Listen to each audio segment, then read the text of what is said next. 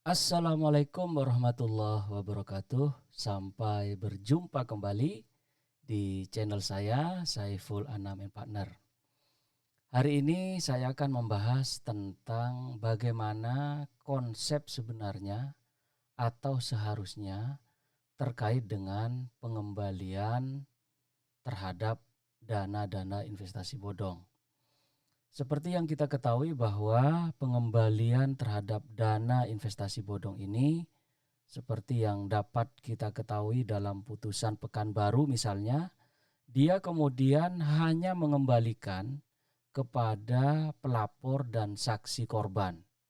Sekali lagi, berdasarkan putusan Pekanbaru, itu kemudian pengadilan itu hanya mengembalikan kepada pelapor atau hanya kepada korban dan saksi pelapor. Tentu hal ini kemudian banyak dikritik oleh publik, kenapa kemudian hanya dikembalikan kepada saksi korban dan juga korban yang melakukan pelaporan terhadap adanya dugaan penipuan, penggelapan, dan tindak pidana perbankan. Saya di sini terdapat beberapa catatan kira-kira terkait dengan pengembalian dana investasi bodong ini atau pengembalian dana hasil dari penipuan dan penggelapan. Yang pertama adalah bagaimana tingkat keadilannya.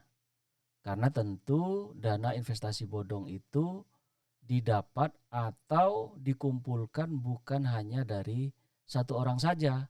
Akan tetapi kalau yang terkait dengan perkara yang ada di Pekanbaru atau perkara-perkara yang ada di seluruh Indonesia, itu biasanya tidak hanya menyangkut satu atau dua orang saja, akan tetapi biasanya itu menyangkut terhadap banyak orang atau banyak korban-korban yang kemudian dirugikan atas dasar adanya investasi bodong atau kemudian terkait dengan penipuan dan penggelapan yang kemudian biasanya itu banyak hal bisa itu dikarenakan oleh adanya semacam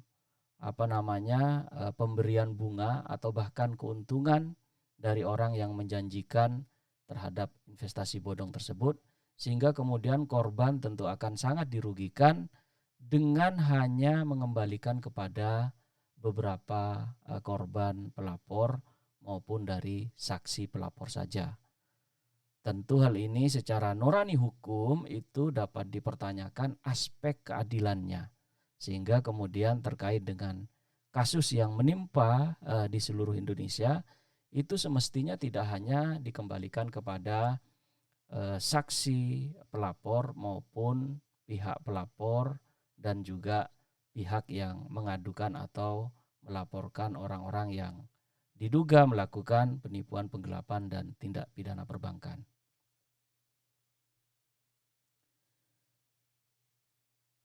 Ya, kemudian ada juga terkait dengan pengembalian hasil dana dari kejahatan ini.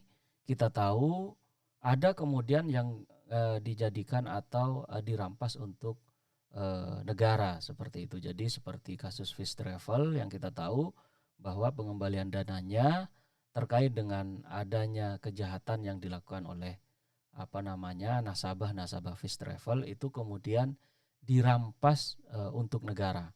Tentu hal ini juga menimbulkan problem karena apabila dirampas oleh negara maka tentu akan dipertanyakan apakah uang hasil dari kejahatan tersebut merupakan kerugian keuangan negara. Karena tentu uang yang dikumpulkan oleh orang atau korporasi yang melakukan kejahatan tersebut itu adalah merupakan dana yang ditarik oleh mereka dari masyarakat pada umumnya, sehingga menurut saya aspek keadilannya juga tidak dapat dibenarkan kalau kemudian dana-dana yang kemudian berhasil ditarik atau disita oleh negara melalui jaksa penuntut umum dan kemudian dikuatkan oleh putusan pengadilan itu kemudian harus disita untuk negara, karena kita tahu uang tersebut bukan merupakan hasil dari kejahatan yang dananya atau pendanaannya berasal dari keuangan negara. Sehingga menurut saya hal tersebut sangat tidak adil kalau kemudian uang dari hasil kejahatan tersebut itu kemudian disita untuk atau oleh negara yang kemudian dimasukkan dalam APBN kita. Itu yang harus menjadi perhatian kita bersama, bahwa penyitaan oleh negara itu tidak mencerminkan nilai-nilai keadilan, karena uang yang disita baik oleh jaksa maupun oleh majelis hakim pada tingkat pengadilan itu saya kira bukan berasal dari keuangan negara. Kalau kemudian uang tersebut berasal dari korupsi, kolusi, dan nepotisme, boleh-boleh saja kemudian uang tersebut disita untuk negara. Tapi kalau uang tersebut berasal dari masyarakat, maka tentu semestinya uang tersebut harus dikembalikan kepada orang per orang maupun korporasi yang sudah menginvestasikan atau orang per orang yang sudah terjerumus terhadap investasi bodong tersebut. Kemudian yang cukup menarik adalah poin yang berikutnya adalah bagaimana terhadap korban yang lain. Kalau kemudian aset-aset atau dana-dana yang dilakukan penyitaan oleh negara tersebut itu hanya dikembalikan kepada beberapa orang saja, seperti yang saya sampaikan tadi di awal bahwa hanya dikembalikan kepada pihak pelapor maupun korban maupun saksi pelapor saja. Bagaimana pihak-pihak yang dirugikan lainnya? Apakah mereka juga tidak berhak untuk menikmati uang yang mereka sudah investasikan atau sudah mereka percayakan kepada pihak-pihak yang tidak bertanggung jawab tadi? Sehingga kemudian sangat-sangat tidak adil, sangat-sangat tidak fair menurut saya kalau kemudian uang tersebut justru hanya dikembalikan kepada pihak-pihak tertentu saja. Mestinya jaksa penuntut umum maupun pihak aparat penegak hukum lainnya, misalnya pihak kepolisian maupun pihak kejaksaan dan juga pengadilan itu secara komprehensif memperhitungkan nilai kerugian yang diderita oleh seluruh orang yang kemudian menginvestasikan kepada orang per orang maupun kepada korporasi untuk kemudian dikembalikan secara pro rata kepada korban atas investasi-investasi tersebut. Sehingga kemudian ini tidak akan menimbulkan kerugian yang lebih besar lagi yang akan berdampak kepada para korban yang kemudian akan sangat tidak adil kemudian hanya apabila hanya dikembalikan kepada pihak-pihak tertentu saja. Sehingga saya sangat menyarankan kepada para penegak hukum agar kemudian melakukan list atau bahkan membuka pengaduan secara resmi terhadap adanya dugaan penipuan dan penggelapan, sehingga seluruh masyarakat yang merasa dirugikan atas adanya investasi bodong tersebut atau investasi-investasi ilegal tersebut dapat dikembalikan secara merata, meskipun misalnya tidak keseluruhan. Syukur-syukur tentu kalau asetnya justru cukup atau dapat dikembalikan secara 100% kepada korban, maka tentu itu akan menjadi nilai lebih tersendiri bagi aparat penegak hukum dalam upaya penyelesaian masalah-masalah yang berkaitan dengan investasi bodong.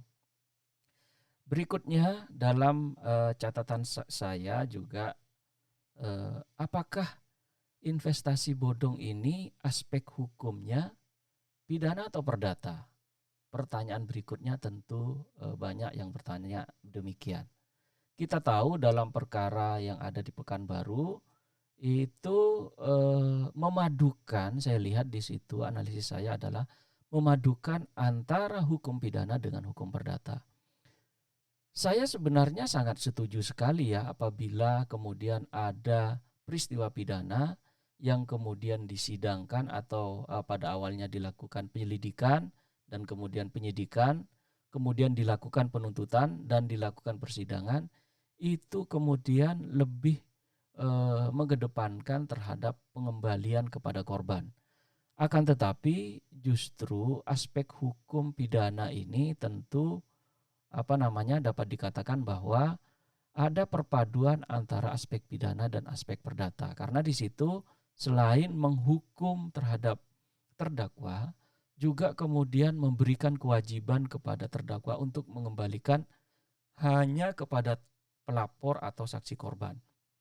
Catatan saya sebenarnya ini menjadi sebuah perkembangan hukum di mana aspek hukum pidana itu tidak hanya menyelesaikan yang terkait dengan aspek pidananya saja, akan tetapi juga dapat mengembalikan kepada seluruh korban.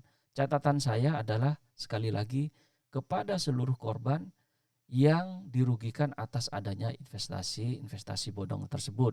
Sehingga kemudian pihak-pihak yang merasa dirugikan tidak hanya mendengar kabar saja bahwa yang bersangkutan atau korporasi yang bersangkutan telah mengembalikan hanya kepada sebagian orang. Akan tetapi justru ini merupakan tugas dari aparat penegak hukum untuk kemudian dapat mengembalikan kepada seluruh korban. Meskipun misalnya pengembalian tersebut tidak secara keseluruhan, misalnya 90%, 70%, saya kira itu merupakan sebuah terobosan hukum yang harus dilakukan tidak hanya oleh pihak kepolisian, kejaksaan, maupun oleh pihak hakim yang memeriksa dan mengadili perkara tentang penipuan, penggelapan, dan juga tindak pidana perbankan dan pencucian uang. Jadi saya kira ke depan kita harus mendukung aparat penegak hukum untuk memadukan atau adanya perpaduan antara hukum pidana dengan hukum perdata, sehingga kemudian apabila putusan pidananya sudah diputus oleh majelis hakim, maka tidak perlu kemudian para pihak yang dirugikan itu kemudian menggugat lagi ke pengadilan. Akan tetapi cukup diselesaikan satu kali, yaitu melalui mekanisme hukum pidana saja, yakni dengan mengembalikan kepada seluruh korban. Sekali lagi, seluruh korban yang merasa dirugikan, sehingga ini merupakan tugas dari aparat penegak hukum untuk melakukan list atau listing terkait dengan adanya korban-korban yang kemudian dirugikan oleh adanya sebuah investasi bodong tadi. Kemudian catatan saya berikutnya adalah sekali lagi perlu adanya terobosan hukum atau pengembalian dana kepada korban atau yang dikenal sebagai aset recovery. Jadi saya berharap aparat penegak hukum dapat menindaklanjuti terhadap adanya dugaan penipuan dan penggelapan tadi, yang kemudian sejumlah aset yang disita tadi, sekali lagi sejumlah aset yang disita tadi tidak hanya dikembalikan kepada pelapor maupun saksi korban pelapor yang dihadirkan baik dalam penyelidikan, penyidikan, dan persidangan. Saya berharap kepada aparat penegak hukum agar kemudian dapat mengembalikan terhadap sejumlah aset-aset yang dilakukan sita tadi terhadap seluruh korban. Sekali lagi seluruh korban yang merasa dirugikan atas adanya dugaan penipuan dan penggelapan oleh oknum maupun oleh korporasi yang tidak bertanggung jawab tadi.